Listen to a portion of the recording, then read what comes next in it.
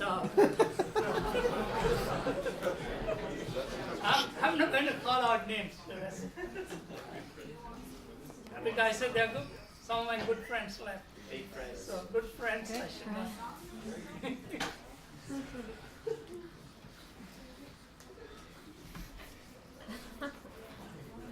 Someone there in the corner there left with his backpack. No, not Robert. Don't go. I'm here. No, Robert will never leave me. despite our rivalry, he will not leave me.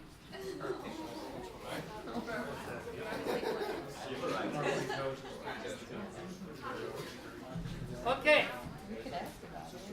Who is the gentleman who mentioned dental therapist? Okay. I'm still here. Yeah. No, I want to quickly touch upon it. But how are you from Ohio? I don't. Where? Canada. Toronto. Okay. Yeah. Canada is official, it's legal. Okay. It's official what? You have dental therapists in some of the states, right? No. It closed? No. I It's, thought the concept is barely there. I mean, you had it for a while. No. Yes, Saskatchewan and Oh, Saskatchewan because there's nothing there. Like there's actually like no dentist almost. Because it's snow. that's why you came south. Basically. Okay, I mean let's take a quick digression here. What's the status of dental therapists in the United States? 2 states. 2 states. Which ones? Minnesota and Alaska. Alaska. Any other states? I mean, a couple of other states have approved it, but they have not started the training. Okay? Vermont is one of them. I think one of the community colleges in Vermont is trying. Yes? Okay, what's the difference between a dental therapist and then the EFTAs on the second floor? What are those guys? I thought that's what they were. No. They're different. No. Okay, well, How could you be so dumb? Julia, you had your hand up? You have a question? That was our question. It was Okay. a fun question. Okay. Brian's and Julia's question is, what's the difference between EPTAs on the second floor, the training, EPTA training? On the second floor, have you seen folks in blue and white uniforms? So what's the difference between dental therapists and EPTAs?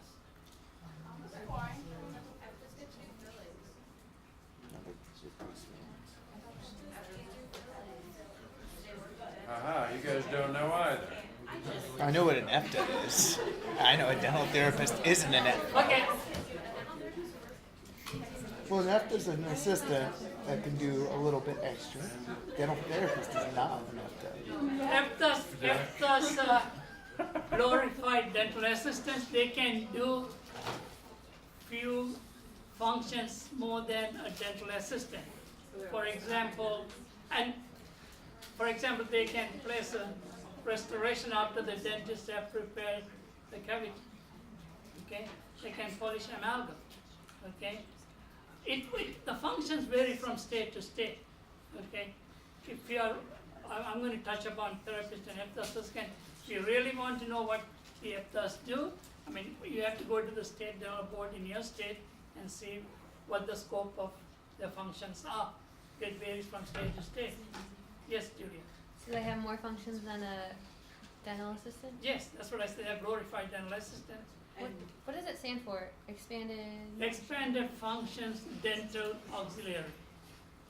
Okay. Okay. Auxiliary is supporting staff Okay. of any professional. Okay. So then hang on.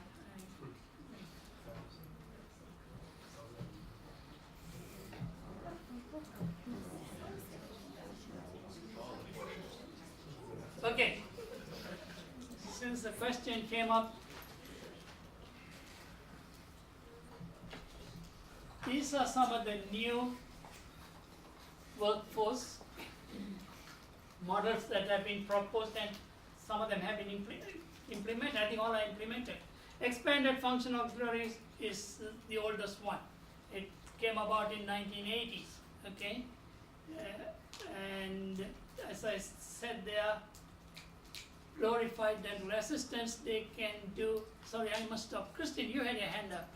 Not Christine, Rebecca. Yeah, I did. Please go ahead and say what you wanted to say. Oh, it was just about the FDAs, that they can fill, but they can't drill. Yeah. Yeah, I mean, yes, since they cannot do restorative functions, but they can, once the dentists have prepared the cavity, they can place the restorations, okay? So that's the oldest of these four, and the other three are new. DHAT, I mean, there's dental therapist, dental health aid therapist, dental therapist. They are officially in place, for lack of a better term, in Minnesota and Alaska, okay? Few other states have approved it, Maine, Vermont, and one more that comes to skips my mind. So those two states have approved to have dental therapists as a workforce in that state. And dental therapists have to work under the supervision of dentists. They cannot practice on their own. If they are going to practice in a remote site like the underserved communities, they have to have a contractual agreement with the dentist, okay? And they can do, in Minnesota, in Alaska, they can do more functions than expanded function dental auxiliary, okay? They can do simple extractions, they can give local anesthetic, not blocks, but infiltrations, and they can do pulpotomies and things like that. So their functions are more than FDAs, okay? And so that's what the concern among organized dentistry is. These folks are just trained for 2 years after high school, and they have been asked to do all these functions. Some of them are irreversible, okay? So is it safe? The jury is still out there. One group says yes, their functions are okay, it's acceptable, but majority of the profession says no, okay? Then when the dental therapists were proposed in Minnesota, after it was implemented in Alaska, the ADHA, the Dental Hygienist Association, came up with their own workforce model, and they called it Advanced Dental Hygienist Practitioner. Basically, this is a master's model, a master's level dental hygiene practitioner. After doing the BSDS, Bachelor in Dental Hygiene, they can do 2 years of master's in dental hygiene, and they can perform functions more than what a dental hygienist would normally do, okay? Again, if those of you are really interested, I would encourage you to go to the Minnesota State Board of Dentistry website and see what some of these functions are. So when dental therapists were implemented in Minnesota, and the Dental Hygienist Association came up with their model of ADHP, Advanced Dental Hygienist Practitioners, the ADA, the American Dental Association, came up with community health coordinators, okay? Community health coordinators are mainly doing dental health education and dental triaging patients to the dental offices. They generally don't do anything clinical, okay? There's something I was going to say, I forgot. Oh, dental therapists in Minnesota, are they successful? Is it a successful model? Any thoughts, any words of wisdom? What? Are dental therapists in Minnesota considered a successful model? I'd have to see the study. I mean, what's your hearsay? Have you heard anything about it? Yeah, a cardiology professor that kind of mentioned it. What did he say? I don't remember. You never listened. I kind of zoned out in cardiology. You never listen to him. That's the whole problem. even though you sit in front, you never listen to him. The answer is no. In my mind, I'll substantiate it. So far, there are only about 77 the last time I heard dental therapists in Minnesota after nearly 10 years of implementation. Okay? On the other side of the coin is some practitioners who employ these dental therapists say their practices are booming. Okay? So in summary, the jury is still out there, but 77 or 80 dental therapists after 10 years of implementing the program, meaning there's limited success in my mind. Those are my own conclusions. Okay. I mean, 10 years, 2008 or 9, first class was recruited into the School of Dentistry in Minnesota and also one of the community colleges. Okay. So I think 2011, the first class graduated. 7 years later, we having 77 is easy to divide by 7.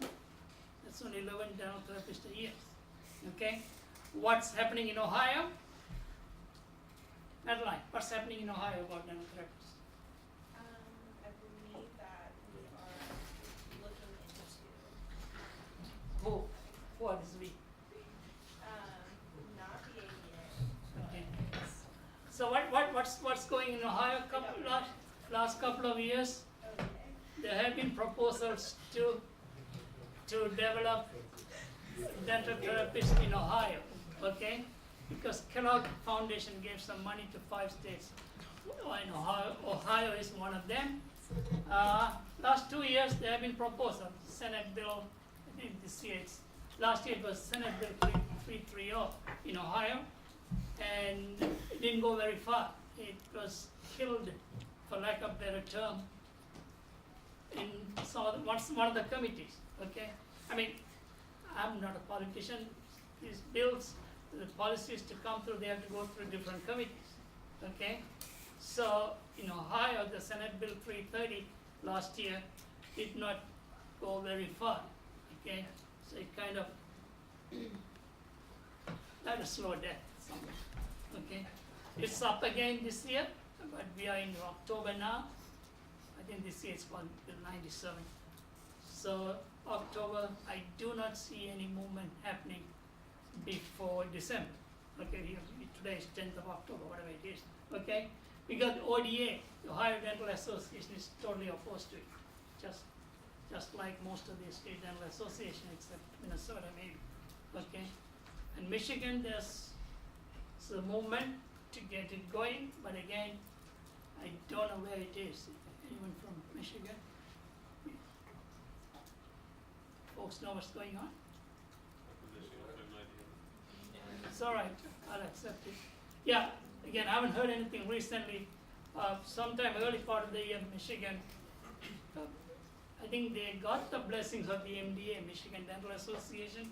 But again, just getting the blessings is not enough. It has to go through various committees at the state legislatures and state senates, and to get this passed as a policy in the state. So the only states that have Alaska and Minnesota, New Mexico talked about it, but Vermont and Maine passed it, and Vermont, one of the community colleges in Vermont was about to get started. Okay, so that's about it. Any questions about dental therapists? So how did dental public health start in the United States? I mean, right now we have Medicaid and CHIP and all different public health programs, but in the early days, we didn't have any such programs. 1791, the New York City started a clinic for the indigent. Excuse me. Then the birth of dental hygiene program started. It was actually 1884. Dentist by the name of Ryan started training his dental assistant as hygienist.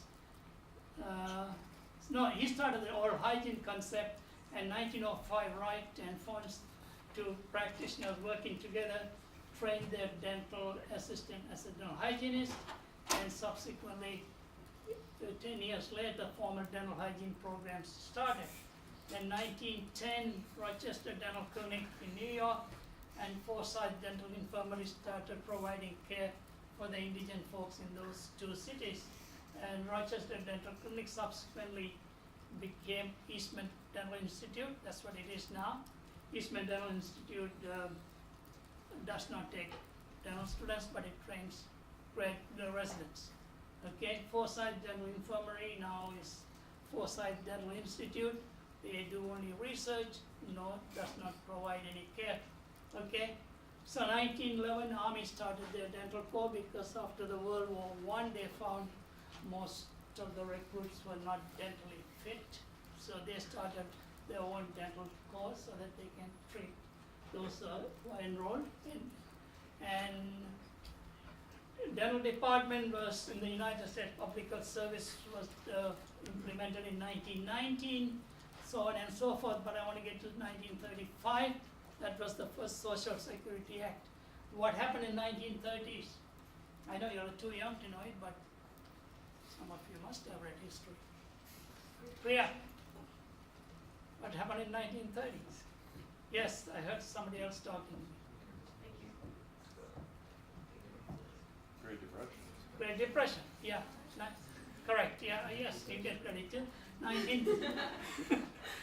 1930s for the Great Depression.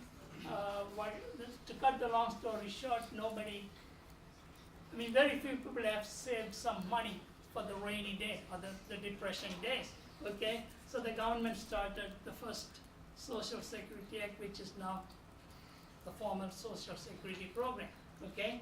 So before that, there was no pension program. It's save on your own life. There was no government intervention to have a pension program for people who are retiring later in their lives, and so on and so forth. So that was the beginning of the Social Security Act. Okay? Dental insurance started growing in 1940s, as you all know, heard from me 300 times. Water fluoridation began in 1945 in Grand Rapids, Michigan. Let's talk about the second Social Security Act in 1965. What happened in 1965? What came out of the second Social Security Act? Medicare? Medicare and Medicaid, okay? 1965, Medicare and Medicaid, we talk about this. Brian, well done. I don't know if you saw it or not. It's underneath the next slide, Medicare and Medicaid. Then 1997, CHIP, Children's Health Insurance Program, or SCHIP State Children's Health Insurance Program. More about it in a second. So, what do you know about Medicare? What do you know about Medicaid? One's federal, one's state. Who are the beneficiaries of Medicare? Who are the beneficiaries of Medicaid? Over 65. Yeah, Medicare is caring for the elderly. Medicaid is aiding the indigent. Okay, so Medicaid is income-based eligibility, and Medicare is age-based eligibility. Okay, Children's Health Insurance Program. What do you know about CHIP? Yes, it's for children. Well done.